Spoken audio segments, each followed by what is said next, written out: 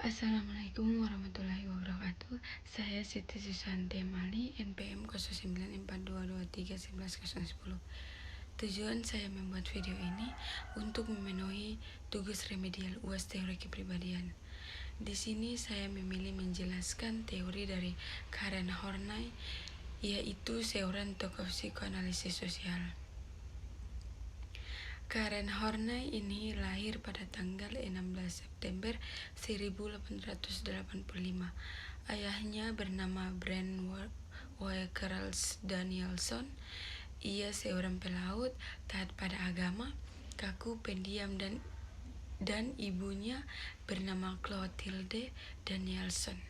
Selalu atraktif, penuh semangat, kagum sekaligus takut pada ayah, mendekati ibu dan mencintai saudara perempuannya sebagai cara untuk mendapatkan perhatian. Horney 8 tahun mandiri, selalu mengalah, selalu berkorban dan berperilaku yang baik, tetapi tidak mengubah keadaan, sehingga ia mengubah taktiknya.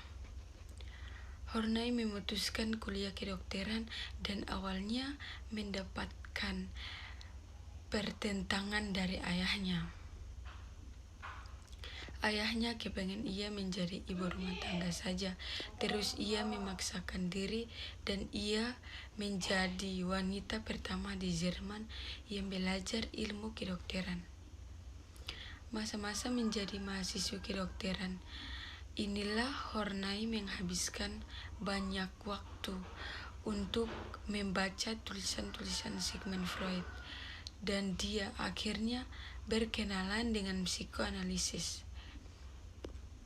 Dan perlahan-lahan ia mengembangkan ilmunya sendiri. Ia mengembangkan ajaran psikoanalisisnya sendiri yang disebut dengan psikoanalisis sosial. Dari kata psikoanalisis sosial ini, kita sudah bisa tahu bahwa sebenarnya Horney tidak setuju sama Freud dalam beberapa hal. Horney tidak setuju dengan Freud karena Freud itu terlalu menekankan aspek insting. Dan ini sebenarnya bukan cuma Horney yang tidak setuju. Pemikir-pemikir yang beraliran psikoanalisis lain kayak Gustav Jung, Adler, itu tidak setuju sama pemikiran Freud yang terlalu insting. Menurut Karen Horney, ada hal-hal lain yang membuat seorang manusia punya motif kepribadian, tidak sekedar insting, tidak sekedar nafsu. Kalau hanya based on insting, kalau hanya based on nafsu, maka manusia tidak punya kesempatan untuk berkembang. Selain insting itu, kepribadian manusia juga dibentuk interaksi dengan lingkungan. Basic pemikiran dari Karen Horney adalah manusia lahir punya potensi untuk sehat secara mental. Tapi pada saat kita lahir dan mulai bertumbuh dewasa, kita mulai belajar bahwa ternyata lingkungan ini tidak seaman yang kita pikirkan, yaitu timbulnya kekecewaan dari lingkungan, keluarga, sekolah, dan sosial. Akhirnya seorang anak mulai berpikir bahwa di dunia ini tidak seaman yang dia kira, dan munculnya sebuah perasaan yang namanya basic anxiety atau kecemasan dasar. Kecemasan dasar inilah adalah sebuah perasaan bahwa kita ini hidup di dunia yang tidak sepenuhnya friendly. Kita ini hidup berada di dunia yang bisa ajak orang baik ke kita dan bisa juga orang jahat ke kita. Dan disitulah muncul sebuah awal kecemasan dasar. Dan kecemasan dasar inilah munculnya sifat basic hostility atau permusuhan dasar. Permusuhan dasar inilah bahwa dunia ini tidak 100% baik. Dunia ini juga punya sifat buruk, sifat cemas.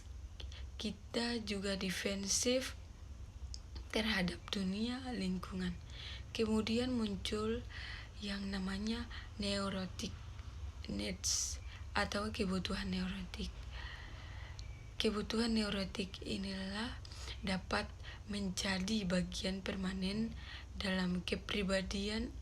Asumsinya bahwa karakteristik, dorongan atau kebutuhan yang menentukan perilaku individu neurotik karena mengatasi masalah yang tidak irasional.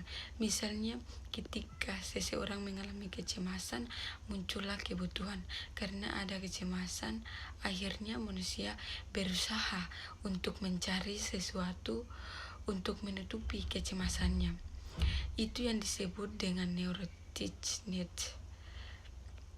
Ada 10 kecemasan dari neurotic needs, yaitu pertama, kebutuhan kasih sayang dan persetujuan. Kebutuhan kasih sayang dan persetujuan inilah ketika manusia merasa bahwa dunia ini tidak sepenuhnya bagi dirinya. Akhirnya berusaha mencari perhatian dan persetujuan dari lingkungan. Tujuannya memberikan rasa aman. 2. Kebutuhan terhadap pasangan yang kuat. Kebutuhan terhadap pasangan yang kuat inilah ketika seseorang merasa bahwa lingkungan ini tidak sepenuhnya aman dengan dia. Dia butuh seseorang yang kuat dan yang bisa melindungi dia, yang bisa menolong dia. 3. Kebutuhan membatasi diri. Kebutuhan untuk membatasi diri inilah ketika kita sadar bahwa dunia ini tidak sepenuhnya friendly. Akhirnya berusaha untuk mengatasi diri, tujuannya supaya tidak mencolok di mata orang lain, tidak diakses, tidak bisa diketahui oleh orang lain. Jadi, orang lain tidak bisa menyakiti dan melukai kita. 4. Kebutuhan terhadap kekuasaan. Karena merasa dunia ini tidak sepenuhnya aman, akhirnya ia menggunakan powernya. Entah itu kekuasaan dalam arti ia punya pengaruh, entah itu jabatan, uang, ia gunakan untuk memanfaatkan orang lain. 5. Kebutuhan untuk mengeksploitasi orang lain. Kebutuhan inilah yaitu memanfaatkan orang lain. Jadi sebelum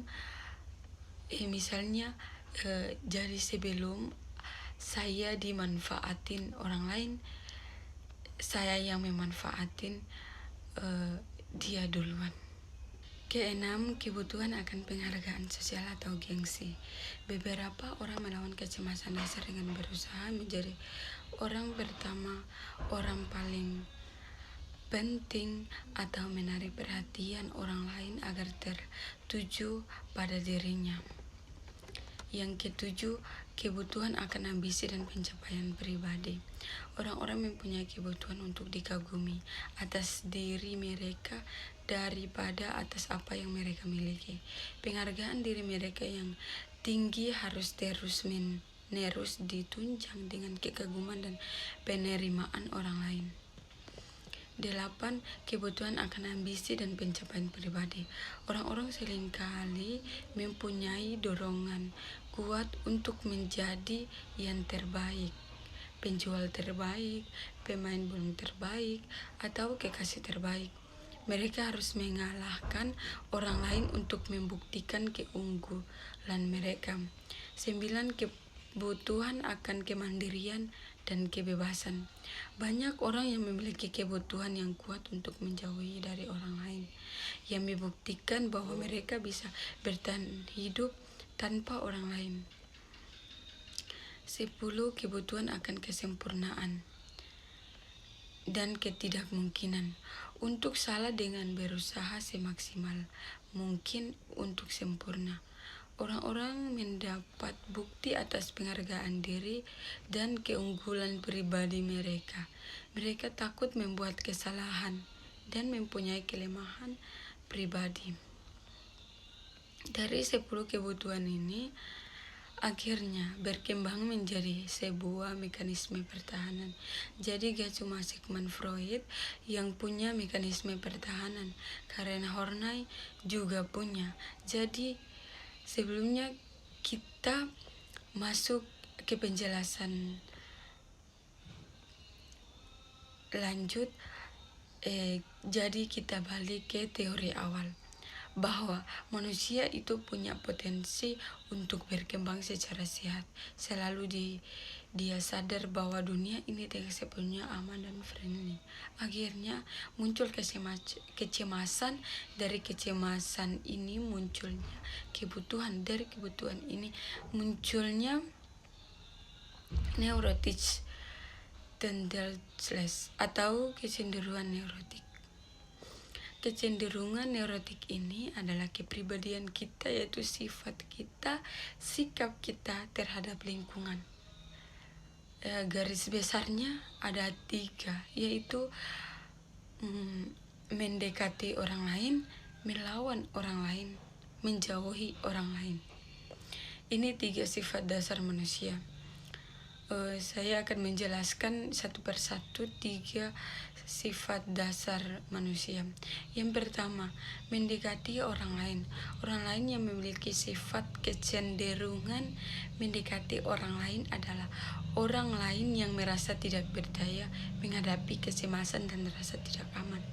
Dan akhirnya ia bergantung pada orang lain. Ia berusaha mati-matian buat mencari perhatian, mendapatkan penerimaan orang lain, bergantung pada pasangan. 2. Melawan orang lain. Seseorang yang memiliki sifat melawan orang lain merupakan orang yang berusaha menutupi kecemasan dan rasa tidak amannya dengan bersikap agresif. 3. Menjauhi orang lain. Seseorang yang bersifat menjauhi diri orang lain merupakan orang-orang yang merasakan kesendirian dan kecemasan. Itu penjelasan dari 3 sifat dasar manusia. Baik, itu saja penjelasan dari saya mengenai psikoanalisis sosial, teori dari Karen Horney. Kurang lebihnya saya mohon maaf. Wassalamualaikum warahmatullahi wabarakatuh. Bye.